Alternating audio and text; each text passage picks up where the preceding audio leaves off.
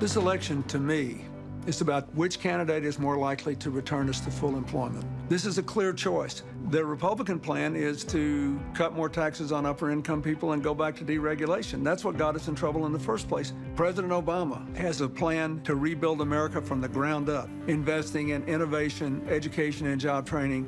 It only works if there is a strong middle class. That's what happened when I was president. We need to keep going with his plan. I'm Barack Obama, and I approve this message. That is the latest campaign ad from the Obama team featuring a very famous face. The ad suggests that the prosperity of his presidency, that being Bill Clinton, could be re-achieved by President Obama.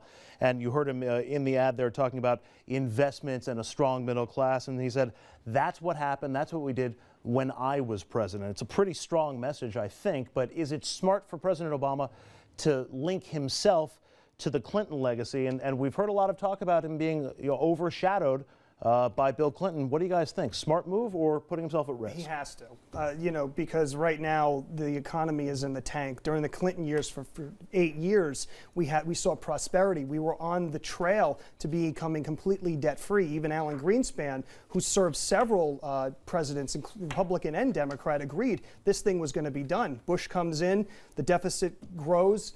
Obama's in here, the deficit is growing even faster. So you need Bill Clinton to be out there in the public saying, hey guys, everything's going to be all right. I'm going to be behind this thing. What else is Obama going to run on as far as jobs record? He needs to look at Clinton.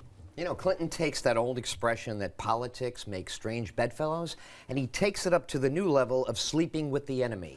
This is very. This is the both of those metaphors with Bill Clinton. That's, this is a I'm President digest Bill. Those later. That's okay. I try to cut them up small enough, but chew on them. And, So I remember fairy tale. How Clinton was a racist for saying it was a fairy tale that Obama could get in. I remember Hillary saying, we've never seen anybody stoop so low as to the Obama campaign. So it makes perfect sense that Clinton and Obama are making out in public, because this is the way the Democratic Party does it. A nice, big, fat, wet kiss for the guy we hated 4 years ago. Well, I will try it a different way. With the same thing. Politics do make for strange bedfellows.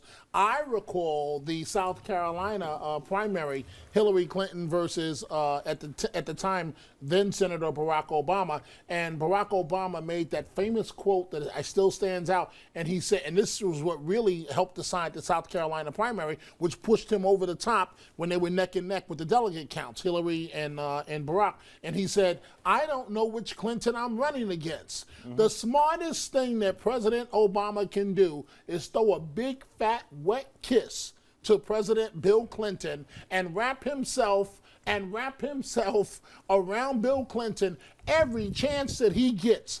If you don't believe that Bill Clinton is effective, go ask Al Gore. Go ask some Democrats. If he's effective. Independents will run for the hills. This is pornography to political independents. They hate this incestuous. It is. It sounds like that. It's so offensive because people in a generation of the last 12 to 15 years have been watching carefully, and they want things to work out right. Their income is hanging on this, and a guy who's a fairy tale and an enemy is now embodied in the legacy.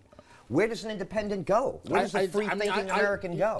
I don't know. All I know is the country remembers the days of President Bill Clinton. Prosperity. Now, one may say this is a bad word, but home mortgages for a lot of people. That may be a bad word today. Impeachment. But jobs. Remember that? Jobs. They weren't outsourcing, whatever word you want to use, insourcing to Japan and China as fast as they were going now. And so if I venture to say this: whose legacy do you think is closer to Bill Clinton's in terms of agenda? President Obama or Mitt Romney's? Who's closer? Well, it's hard to tell.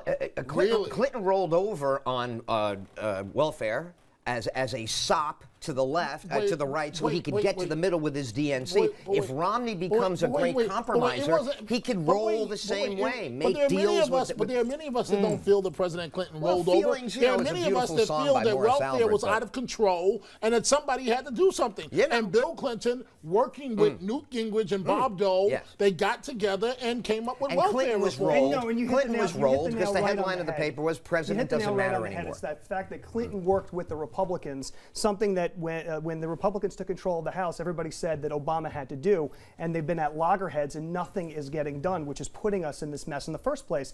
And what I would do if I were the Romney campaign is I would start talking about all the good things that the Republicans were pushing Clinton to do, like welfare to work and other things, and start moving the agenda. Turn the tables on this guy. Don't sit back, because if you're the Republicans, what else are you going to do? Clinton didn't work with Newt Gingrich until he was on the front page of the New York Times, staring down at his desk with the headline, "Is the president relevant anymore?" So he ran down the hall to his enemies and goes, "You have to put me in the game." I hear all of the points that you're making. To me, I think it's a much simpler thing. To me, this ad was about Clinton versus Bush, as opposed to Romney versus Obama, and a reminder that these are the two different contrasts. That's, I think, something that's digestible for a lot of voters. They remember the guy at the top. They remember good times during Clinton. They remember pretty good times during Bush until the end, when it was really miserable times, and they're trying to figure out which direction we're going in right now. You like my analysis? I like your analogy, but what I'm saying, the bottom line here is that people remember Bill Clinton is one of the most beloved figures in America. No one talks about Monica anymore. All people remember are the good things. And no one talks about a bad primary between Hillary and Barack Obama. Might I say 2016? Hillary Clinton, I know you don't like that. I don't think so. But you Hillary can say Clinton, it all you want, 2016? I don't think so. All right, we're going to switch gears here, and don't call it a comeback. He's certainly not going to.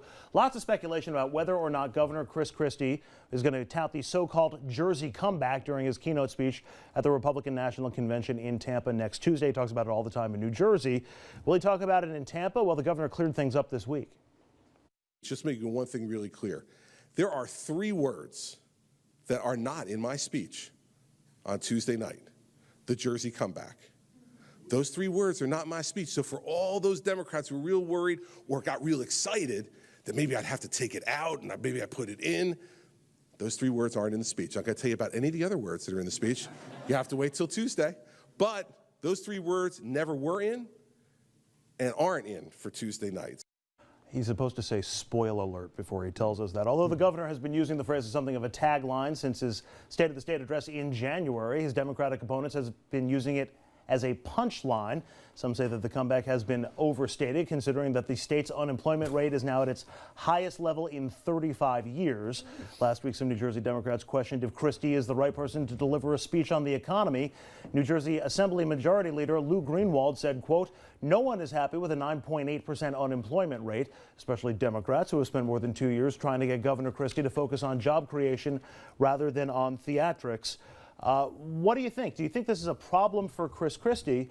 You know, he's going to be bashing President Obama. I think we can all say that with some certainty. He's going to be bashing President Obama on his economic record.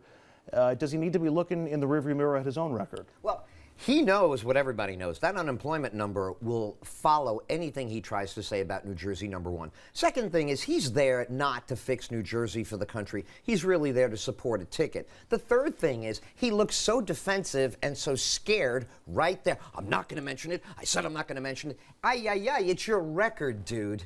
It's the record you get paid for. Let's not be so I don't want to talk about what I do. That's not a Chris Christie we see very often. Do you agree that he looks scared? I don't think he looks scared. I think why would anybody want to expose a chink in their own armor? He knows that there's what comeback.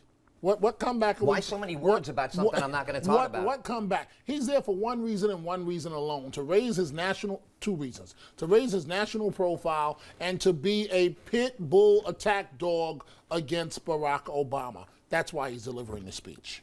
I think the more that he's on TV as a pit bull, I feel like Donald Trump's going to hire him for the next Apprentice. I mean, he's a gadfly. He's out there, he's talking, but nothing's really happening in New Jersey, and and everybody knows it. And he's running around. You're right. He's going to be the pit bull for the Republican Party. He's going to say all the things that everybody thinks that nobody actually wants to come out and say. But as far as people positioning him to become the next president of the United States, I mean, listen, I know we have people from New Jersey, but I'm a New Yorker. New Jersey?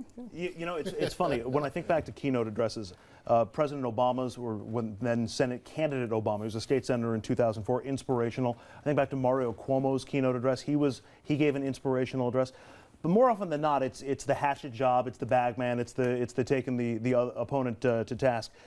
no question about what Christie's going to do, right? There's no chance he goes for the inspirational side. Does he have an inspirational side? It's going to be all Pitbull, right? Maybe. I think it'll be fun to catch the spittle. Like, it'll just be in the front row, because he's a spewer. He's a guy who, in the middle of the sentence, cranks it up one more notch. It's a street fight all the way. But, you know, you gave a great example of the lineage of keynote speakers. Those are on the Democratic side. That's true. This is lumberjack territory. This is big axe, go chop down the other guy, leave him in pieces, and it does get that crowd going. That's what that crowd likes. Rudy Giuliani did it 4 years ago against Barack Obama. This time it's Chris Christie. It'll be interesting to see how he does and what that impact is on him for his own future political career. We're going to take a quick break. When we come back, drill, baby, drill.